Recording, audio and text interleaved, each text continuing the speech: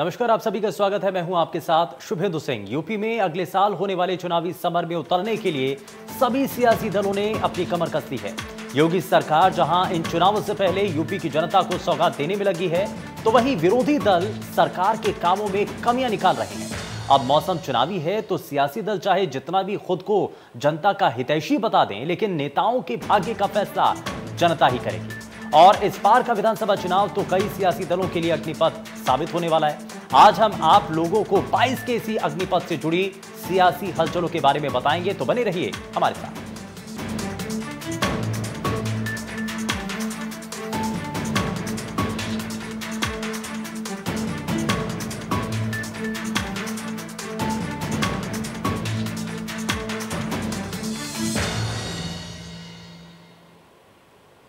UP ने corona vaccination को लेकर एक मील का पत्थर छू लिया है और यूपी में 10 करोड़ लोगों को वैक्सीन लग चुकी है। सीएम योगी ने इसको लेकर ट्वीट कर जानकारी दी है और वैक्सीनेशन के मामले में उत्तर प्रदेश ने देश में इतनी बड़ी लकीर खींच दी कि अन्य राज्यों को इसके करीब आने में अभी काफी समय लगेगा। वैक्सीनेशन में यूपी बना नंबर 1 राज्य। यूपी में 10 करोड़ लोगों को लगी वैक्सीन। सीएम योगी ने ट्वीट कर दी जानकारी। यूपी में कोरोना वैक्सीनेशन अभियान से जुड़ी एक अच्छी खबर है। सूबे में अब तक कोविड टीके के 10 करोड़ से अधिक डोज लगाई जा चुकी है। इस मौके पर प्रदेश के मुख्यमंत्री योगी आदित्यनाथ ने प्रधानमंत्री नरेंद्र मोदी का आभार जताया है। सीएम योगी ने ट्वीट कर बताया कि यूपी में अब तक 10 करोड़ लोगों को वैक्सीन लग चुकी है। सीएम योगी ने ट्वीट पर लिखा है कि आदरणीय प्रधानमंत्री श्री नरेंद्र मोदी जी के मार्गदर्शन व यूपी गवर्नमेंट के अथक प्रयासों का सुफल है कि प्रदेश में 10 करोड़ से अधिक कोविड टीके का सुरक्षा कवच प्रदान किया जा चुका है। यह उपलब्धि प्रतिबद्ध स्वास्थ्य कर्मियों व अनुशासित नागरिकों को समर्पित है। आप भी लगवाएं टीका जीत का। यूपी में कोरोना के खिलाफ इतने बड़े पैमाने पर हो रहे वैक्सीनेशन के पीछे मुख्यमंत्री योगी आदित्यनाथ की मेहनत है। अप्रैल और मई के महीने में जब कोरोना की दूसरी लहर का कहर यूपी में बढ़ रहा था, तभी मुख्यमंत्री योगी आदित्यनाथ ने इसे संभालने के लिए मोर्चा संभाल लिया था। अब जब यूपी में कोरोना के केस लगभग कम हो चुके हैं, हालांकि अभी भी कोरोना की तीसरी लहर आने का खतरा बना हुआ है, ऐसे में मुख्यमंत्री योगी आदित्यनाथ ज्यादा से ज्यादा लोगों की जान बचाने के लिए वैक्सीनेशन अभियान तेजी से चला रहे हैं। इसी का नतीजा है कि कोरोना वायरस के वैक्सीनेशन के मामले में उत्तर प्रदेश ने देश में इतनी बड़ी लकीर खींच दी है कि दूसरे राज्य को इसके करीब आने में अभी काफी समय लगेगा। वैक्सीन की रफ्तार का अंदाजा आप इसी बात से लगा सकते हैं कि इसी महीने 15 सितंबर तक यूपी में 9 करोड़ लोगों को वैक्सीन लग चुकी है और महज 10 दिन में ये आंकड़ा 10 करोड़ पहुंच गया है। यानी महज 10 दिन में 1 करोड़ लोगों को वैक्सीन की डोज दी जा चुकी है।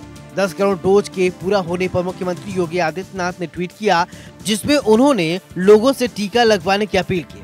मुख्यमंत्री योगी आदित्यनाथ के निर्देश पर प्रदेश में कोरोना वायरस संक्रमण के बचाव के लिए ट्रैक, टेस्ट और ट्रीट फार्मूला के साथ ही टीकाकरण का अभियान भी गति पकड़ रहा है। देश के अन्य राज्यों को मीलों पीछे छोड़ते हुए प्रदेश ने वैक्सीनेशन के 10 करोड़ के लक्ष्य को छू लिया है। देश की सर्वाधिक आबादी वाला राज्य उत्तर प्रदेश अब वैक्सीन की सर्वाधिक डोज देने वाला राज्य बन गया है। आंकड़ों पर नजर डालें तो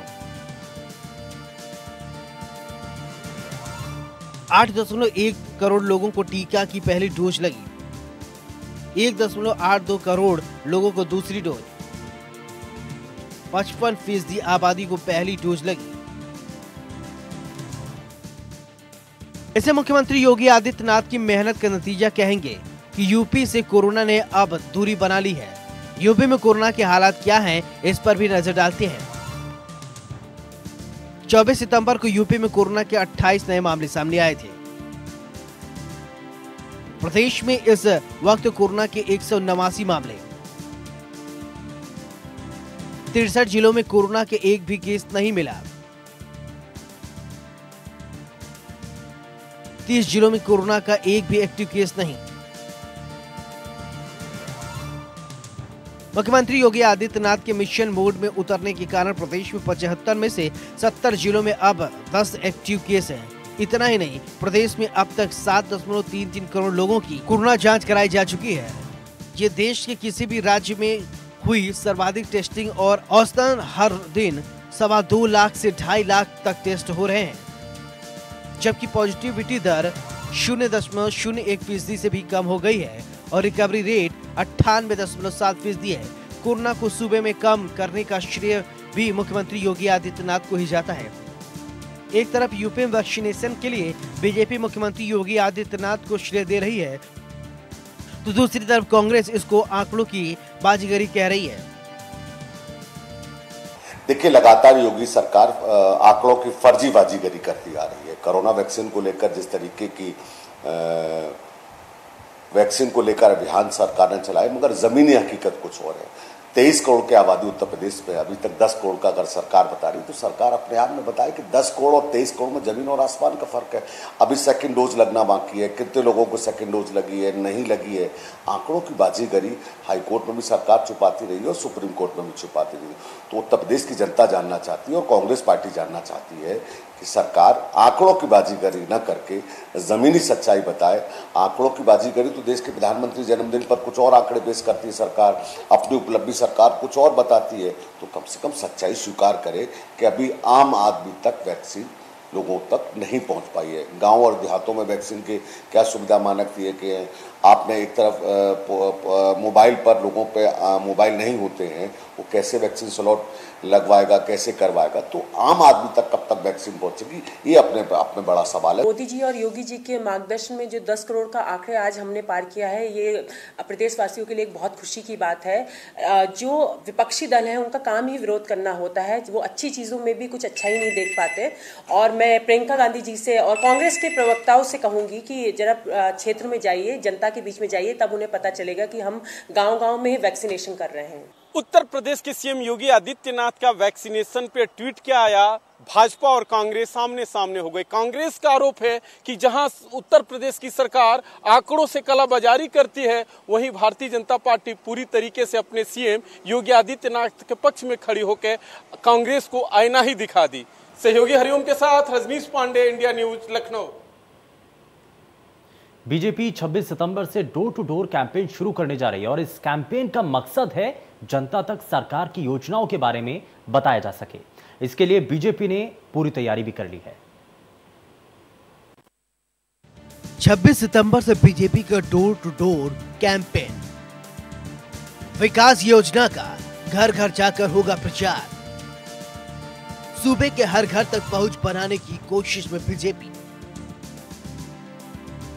यूपी में अगले साल चुनाव होना है और इसके लिए बीजेपी ने अभी से तैयारियां शुरू कर दी हैं। योगी राज में जितने भी विकास के काम हुए हैं, उसको अब बीजेपी घर घर तक पहुंचाने की तैयारी में है।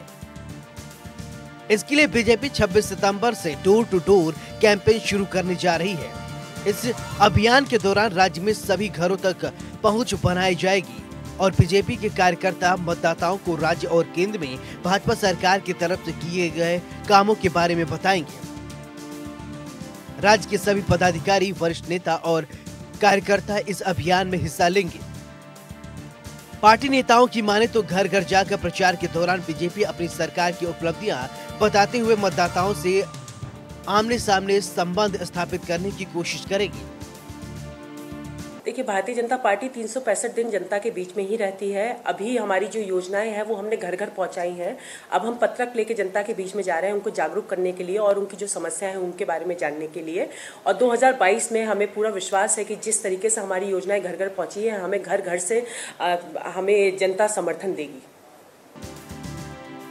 दरअसल यूपी का सियासी रण जीतने के लिए बीजेपी ने एक प्लान तैयार किया है, जिसके तहत बीजेपी के विधायकों को ये भी जिम्मेदारी दी गई है कि वो बीजेपी के लोक संकल्प पत्र में दिए गए वादों को जितना जनता को बताएं कि पिछले चुनाव में पार्टी ने जो वादे किए थे वे सभी पूरे कर दिए गए हैं।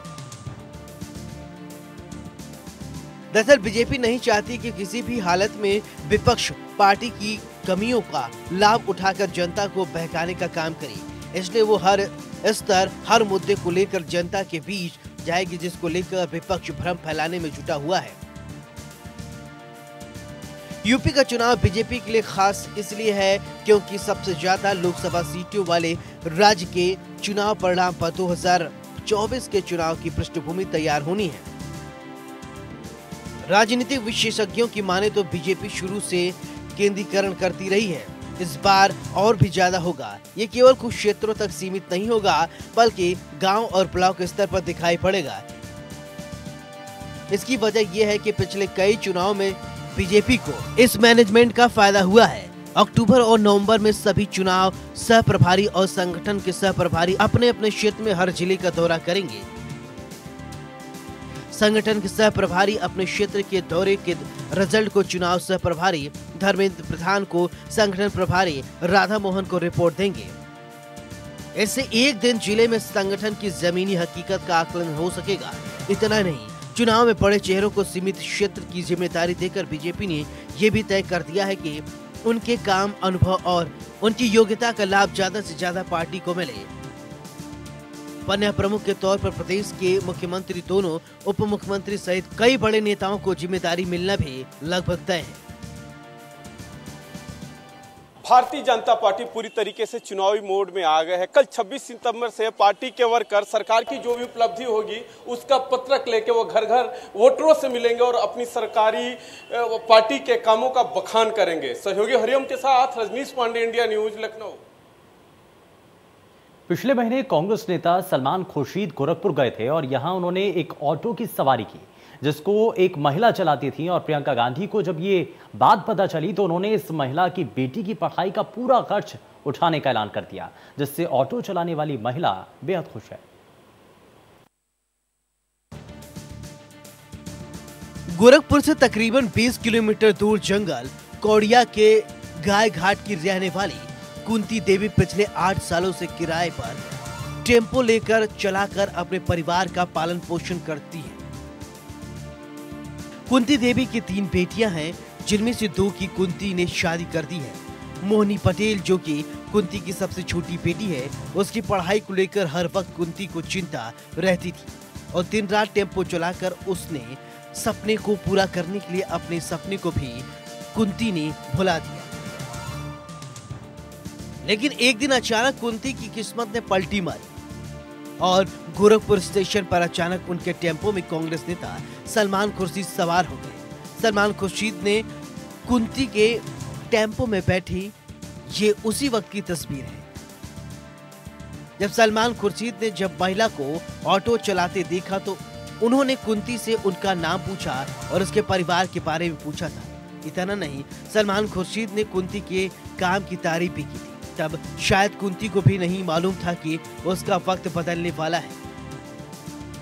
दरअसल इस घटना के बारे में जब सलमान खुर्शीद ने प्रियंका गांधी को बताया तो प्रियंका गांधी ने कुंती की बेटी मोहिनी की पढ़ाई का खर्च उठाने का फैसला किया था।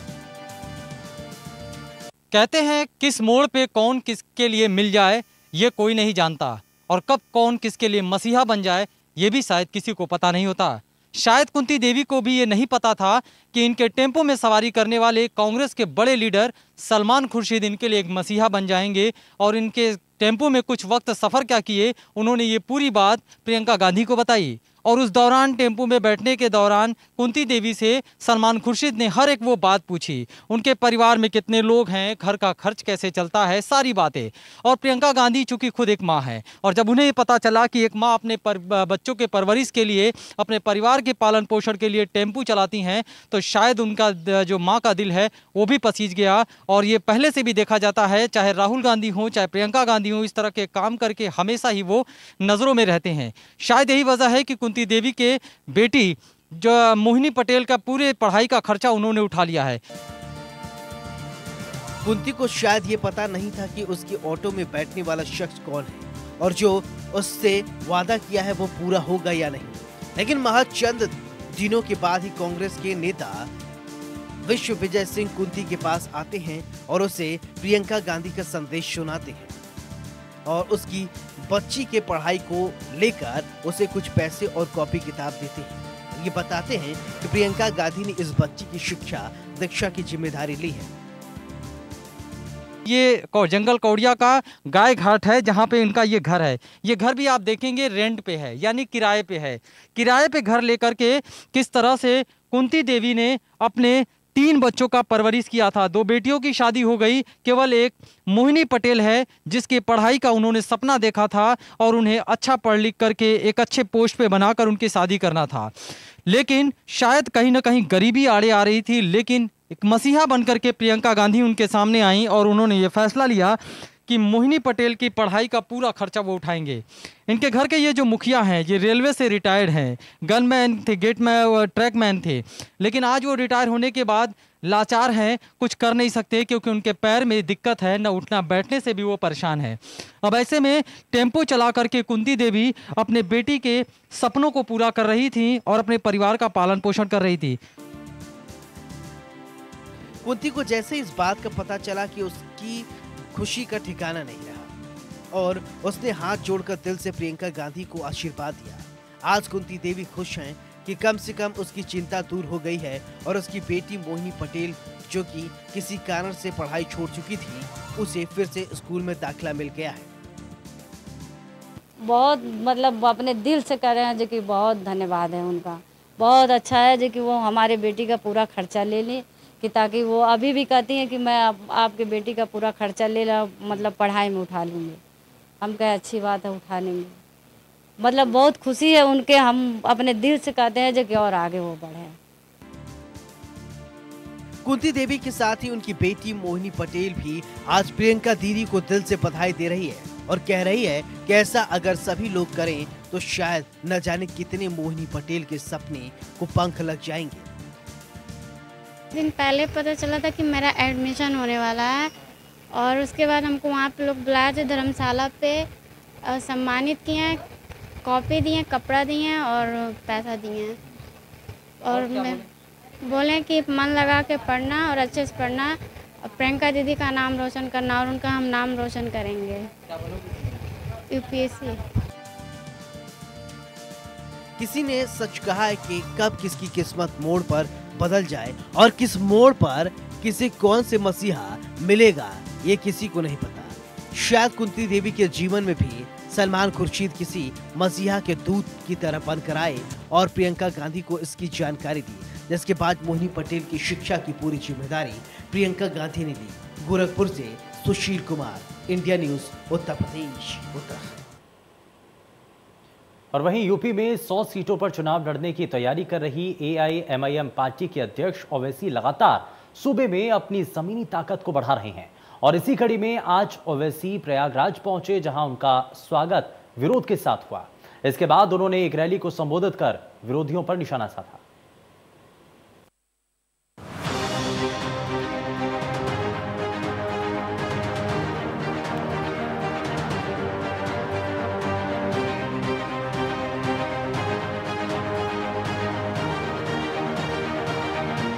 यूपी में होने वाले विधानसभा चुनाव के रण में एआईएमआई पूरा दमखम दिखा रही है। एआईएमआई विरोधी दलों को कड़ी टक्कर देने के लिए अपनी तैयारी भी कर रही है। यही वजह है कि असदुद्दीन ओवैसी लगातार यूपी का दौरा कर रहे हैं। ओवैसी आज यूपी के प्रयागराज के दौरे पर थे। प्रयागराज जाने के लिए ओवैसी सुबह वाराणसी एयरपोर्ट पर पहुंचे, जहां कार्यकर्ताओं ने उनका गर्मजोशी से स्वागत किया। एयरपोर्ट से बाहर निकलते ही ओवैसी समर्थकों ने देखो देखो शेर आया के नारे भी लगाए।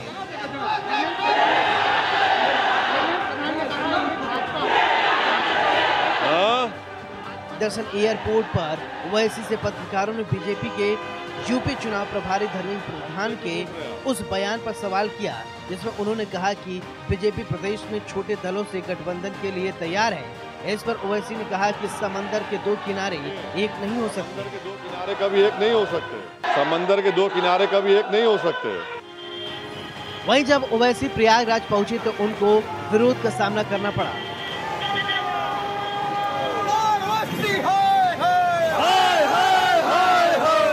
शास्त्री पुल पर ओवैसी के विरोध कर रहे राष्ट्रीय हिंदू संगठन के 2 कार्यकर्ताओं को पुलिस ने हिरासत में ले लिया। उन्हें पुलिस लाइन में रखा गया है। शास्त्री पुल से होकर जब ओवैसी प्रयागराज पहुंच रहे थे तभी इन कार्यकर्ताओं ने विरोध किया था। मुर्दाबाद मुर्दाबाद। ओवैसी हमारे ये हिंदू के प्रति काफ़ी नफरत भरा वर्ड यूज़ करते हैं, मीडिया में बोलते हैं, डिबेट में करते हैं। इसलिए हम लोगों ने कहा हाँ कि इनको रोक दिया जाए। ये हमारे प्रयागराज की धरती पे, गंगा जी की धरती पे, पावन धरती पे ये ना आ पाए। लेकिन लोगों को हिरासत में लिया गया, 2 लोगों को हिरासत में लिया गया, वहीं से ब्रजवाहन में बैठा लिया गया है। कोई बता रहा है कि पुलिस लाइन ले गए, हम लोग सारे थानाओं पे गए। प्रयागराज पहुंचे AIMIM चीफ असदुद्दीन ओवैसी ने योगी सरकार पर जमकर निशाना साधा। इस्लामिक कॉलेज में आयोजित ओवैसी की जनसभा में केवल 100 लोगों के बुलाने की अनुमति थी, लेकिन नियम को धता बताते हुए यहाँ सैकड़ों लोगों की भीड़ जुट गई। हैदराबाद से सांसद असदुद्दीन ओवैसी ने लोगों को संबोधित करते हुए कहा कि उत्तर प्रदेश का मुसलमान अपना हक लेकर रहेगा। ओवैसी ने इस दौरान बीजेपी के अलावा सपा बसपा पर भी तीखा हमला किया है। 2019 के लोकसभा के चुनाव में खाली 15 MP सीट जीत पाए सपा और BSP वाले, हम तो नहीं थे। आदरणीय राहुल गांधी हार गए, हम भी नहीं थे वहाँ पर। तो अब इसका जिम्मेदार कौन है? सपा के अखिलेश यादव के परिवार के 3 बड़े बड़े लोग हार गए, हम नहीं थे।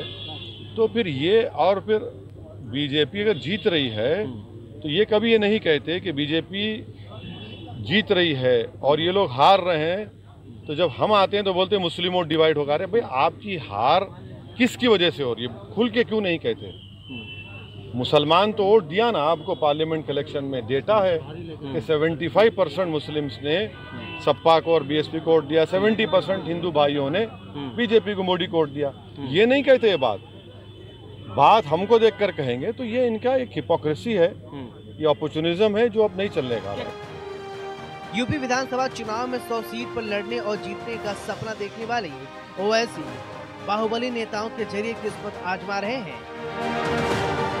ओवैसी कई बार अतीक और मुख्तार के सपोर्ट में बयान दे चुके हैं। हालांकि ओवैसी के निशाने पर केवल बीजेपी ही नहीं रहती, बल्कि अखिलेश यादव, कांग्रेस और बसपा पर भी निशाना साधने से वो नहीं चूकते हैं। Bureau report, India news, Uttar Pradesh. पेशकश में फिलहाल के लिए बस उतना ही। नमस्कार।